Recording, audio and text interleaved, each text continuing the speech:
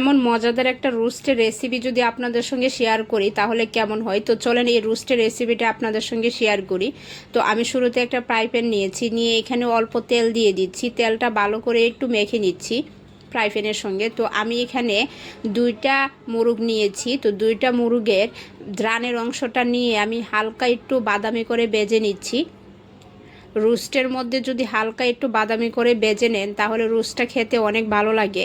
এজন্য আমি হালকা একটু বাদামি করে ভেজে নিচ্ছি। তো আমি এখানে 4 মিনিটের মতো ভেজেছি। ভাজার পরে এটা আমি তুলে নিচ্ছি। দেখেন এইটুকু ভেজেছি আমি, বেশি কিন্তু ভাজিনি। আমি এখানে পেঁয়াজ দিয়ে দিয়েছি। এই পেঁয়াজটা আমি বেরেস্তা করার জন্য রেখেছি। তো পেঁয়াজটা আমি একটু বেরেস্তা করে নিচ্ছি। এখানে হালকা একটু বাদামি করে বেরেস্তা করে নিয়েছি। আমি পেঁয়াজটা তুলে নিচ্ছি কারণ এটা আমি রোস্টের মধ্যে দিব। তো দেওয়ার পরে এখানে আমি পেঁয়াজ দিয়ে দিয়েছি 2টা। দেওয়ার পরে এখানে 5টা এলাচ দিয়েছি এবং 4টা লং দিয়ে দিয়েছি। দিয়ে এটা আমি হালকা একটু বাদামি করে ভেজে নিচ্ছি।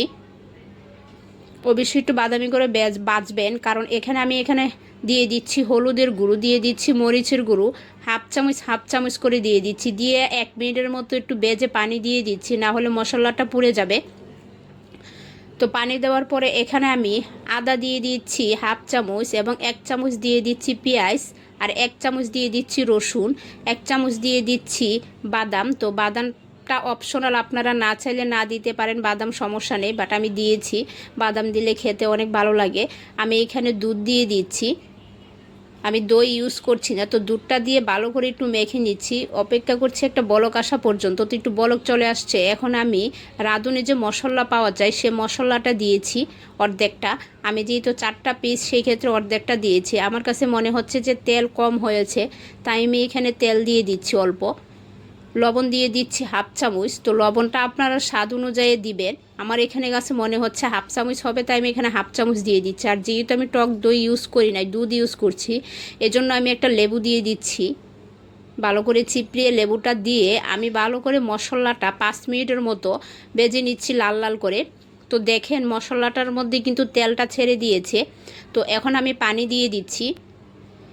পানি দিয়ে একটু একটা বলক আসা পর্যন্ত অপেক্ষা করছি। তো একটা বলক চলে আসছে। এবার আমি রোস্টগুলো দিয়ে দিচ্ছি। তো রোস্টের মধ্যে যদি ডিম না হয় তাহলে খেতে ভালো লাগে না, এজন্য আমি 4টা রোস্টের সঙ্গে 4টা ডিম দিয়ে দিয়েছি।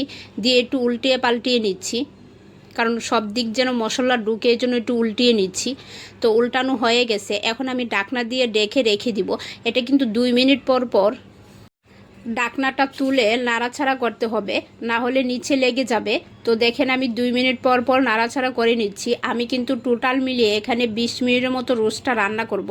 তো আমার অলরেডি 15 মিনিট হয়ে গেছে, অল্প আছে আমি রান্না করেছি। বেরেস্তাটা যে রেখেছিলাম সে বেরেস্তাটা দিয়ে দিচ্ছি অল্প, অর্ধেকটা বেরেস্তা দিয়ে দিলাম। তো দেওয়ার পরে এখন ঢাকনা দিয়ে রেখে দিচ্ছি। আমি 2 মিনিট পর পর আবার এটা নাড়া দিব। তো এখানে আমি 3 মিনিট পরে ঢাকনাটা তুললাম। তোলার পরে এখানে আমি কাঁচামরিচ দিয়ে দিচ্ছি। কাঁচামরিচ দিলে রোস্টের মধ্যে খুব ভালো একটা ফ্লেভার আসে, তো এই জন্য কাঁচামরিচ দিয়ে দিলাম। আর যে অর্ধেকটা রেখেছিলাম বেরেস্তা, সে অর্ধেকটাও দিয়ে দিলাম। দেওয়ার পরে এখানে 2 মিনিট আমি ভালো করে একটু জাল দিয়ে নিব। তো ঢাকনাটা দিয়ে আমি 2 মিনিটের মতো একটু জাল দিয়ে নিচ্ছি। তো দেখেন আমার 2 মিনিট পরে রোস্টটা হয়ে গেছে, আর কতটা আটালো হয়েছে, দেখতে কতটা লোভনীয় হয়ে গেছে। চুলাটা অফ করে দিচ্ছি কারণ আমার রোস্টটা হয়ে গেছে। এখন আমি আপনাদেরকে সার্ভ করে দেখাচ্ছি। স্কিনে দেখেই বুঝতে পারছেন কতটা লোভনীয় হয়েছে, তার কতটা আটালো হয়েছে। তো আমার ভিডিওটি যদি ভালো লাগে আমার চ্যানেলটি সাবস্ক্রাইব করবেন।